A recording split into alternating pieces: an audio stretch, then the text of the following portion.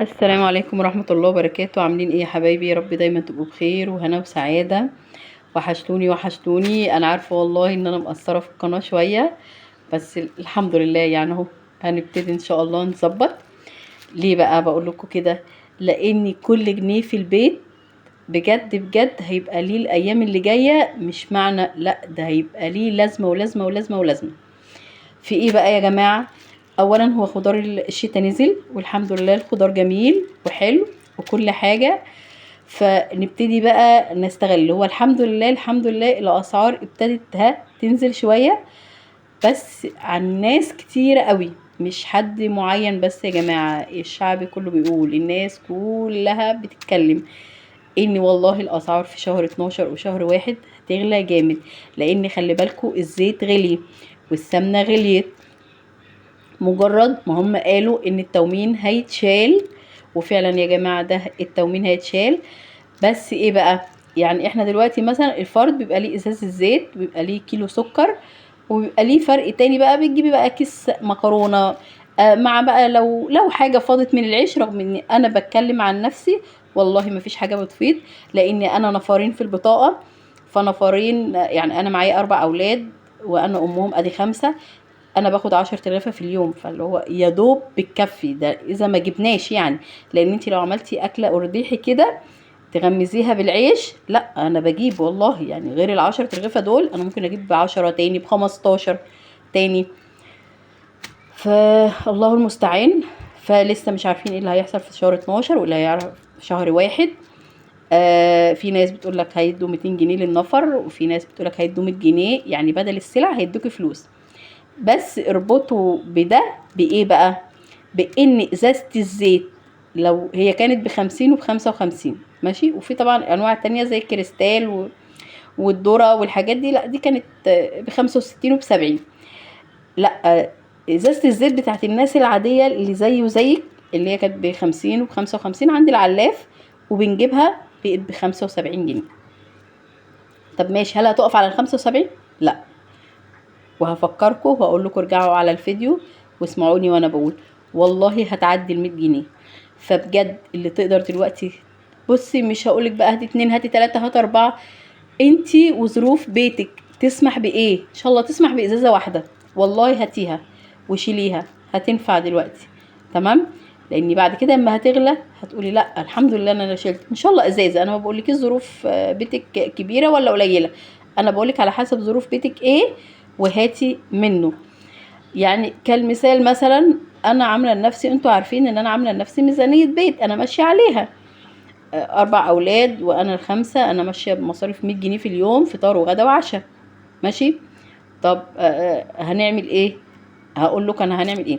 ممكن لو عملت اكله بسيطه، تمام، يعني مثلا ايه، عملت اكل امبارح وفاض مني النهارده، الحمد لله فضل ونعمه من عند ربنا، مثلا فطرنا بيهم.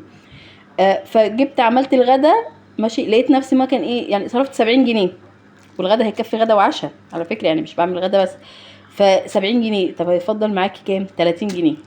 هل هسيب ال30 جنيه دول كده معايا؟ والله هيطلع لهم 1000 حاجه وهيتصرفوا، ولا كانك عملت اي حاجه. طب هنعمل بيهم ايه؟ يعني انا نزلت وديت ابني المدرسه، تمام، ارجع بال30 جنيه؟ والله ما رجعت، دخلت على السوق اجيب بيهم اي حاجه زي ما يجيبوا بقى. تعالوا هنشوف واقول لكم انا جبت ايه بال30 جنيه.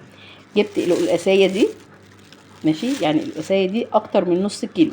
القلقاس ب25 جنيه، فالنص كيلو ب12 ونص. لا دي كانت طبه جامد، فحسبتها لي ب15 جنيه. وبصوا والله طبعا انتوا عارفين قلقاس الشتاء بيبقى عامل ازاي. هو طبعا مش احلى من اللي في طوبه، يعني في شهر طوبه القلقاس لما المطره بتمطر عليه بيبقى حكايه، بس والله ده بلدي وحلو برضه. فدي قطعت كام؟ قطعت 15 جنيه. هنا بقى دي الفاصوليا، بصوا الفاصوليا نازله، بصي بصي سامعه التكه. الفاصوليا لقيتها عندها قالت لي ب18 جنيه. قلت لها طب انا عايزه نص كيلو، وزنت لي نص كيلو. طب اوزنك بالعشرة؟ قلت لها لا انا محتاجه الجنيه، وهقول لكم احتاجته ليه دلوقتي. جبت نص كيلو ب9 جنيه. بص اللهم بارك، يعني ما شاء الله نص كيلو كتير والله، حتى لان هو طب. راحت قالت له والله ما انا ايه مش هشيل منه حاجه يعني. فراحت ايه، اديتهم لي ب9 جنيه. يبقى احنا عندنا دلوقتي 15 و9 24 جنيه، فضلوا 6 جنيه. الخضره لقيت الخضري، طبعا الخضره يا جماعه رجعت زي الاول، فاكرين؟ الخضره رجعت زي زمان. هي مش زي زمان قوي طبعا، زمان كانت بنص جنيه في العربيه، وكانت يعني الحزمتين دول كده كده كانت بتبقى واحده. تمام. دلوقتي بص يعني بس اهون من فتره قريبه، كان في الصيف كانت الواحده وصلت ل5 جنيه وال6 جنيه الواحدايه دي. على فكره يا جماعه هو اخضر قوي، ما تفتكروش ان في حاجات صفرة، لان انا عندي الشباك مفتوح، بصوا، فمدي ضوء كده وحاجات. تمام. هو والله العظيم اخضر قوي وحلو يعني. عملت ايه بقى؟ جبت 6 خضره، جبت 2 بقدونس و2 كزبره و2 شبت ب6 جنيه. يبقى دي جبت ايه؟ جبت 30 جنيه. جبت خضره، جبت قلقاس، جبت فاصوليا. هتقولي لي طب ماشي، مكان مثلا الخضره كنت جبت سلق عشان القلقاس. هقول لك يا قلبي والله انا لقيت السلق عنده مش حلو بصراحه، وما كانش طازه قوي، فبالتالي ما جبت السلق. انا جبت خضره. الخضره دول 6 هعملهم على كيسين، كل 3 مشكل في كيس. ادي كده بقى عندنا كيسين في التلاجة. طبعا هقطع القلقاسيه اعملها كيس، لان انا بعمل النص كيلو، او مثلا لو زي دي طبه قوي كده برضو هي طبخه واحده. الفاصوليا برضو بعمل نص كيلو. فالفاصوليا ادي هنعمله كيس هنحطه في الفريزر. هنعمل قلقاس هنعمله كيس برضو. الخضره هنعملها كيسين. ال30 جنيه، في ناس ممكن تقول لي ما هو ال30 جنيه يعني بيعملوا برضو في البيت، وفي ناس تقولك ايه ده 30 جنيه هيجيبوا ايه في الوقت ده؟ لا والله بيجيبوا. وزي ما قلت لك الجنيه دلوقتي، والله والله الجنيه ما تستهونيش بيه. الجنيه ممكن انا اجيب واحده خضرايه واحده بس، ولو انا مش معايا اللي هو والله اجيب واحده واغسلها اقطعها احطها في كيس، مش مشكله، احطها في اي حاجه في الفريزر هتنفعني والله العظيم. الايام اللي جايه وهتفتكروا كلامي هتحتاجوا لكل حاجه، لان معنى ان التومين هيتشال مش هيبقى فيه سلع. هيدونا فلوس، بس طبعا مش هيبقى بنفس المبلغ اللي احنا كنا بناخد بيه الزيت والسكر. تمام. الله اعلم العيش هيعملوا فيه ايه، هل هيسيبوه زي ما هو ولا برضو هيشيلوه، والدعم الفلوس اللي احنا هناخده هنجيب بيه عيش بقى من بره او هنجيب بيه زيت وسكر، الله اعلم. فالحاجه هتبقى الضعف.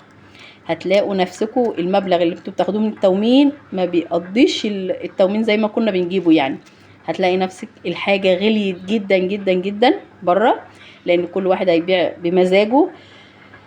بصوا مش هنقدر نلوم، يعني في ناس هتقول لي ما هلعب على الحكومة. انا بقولك والله انا مش هلوم على الحكومة. ليه بقى؟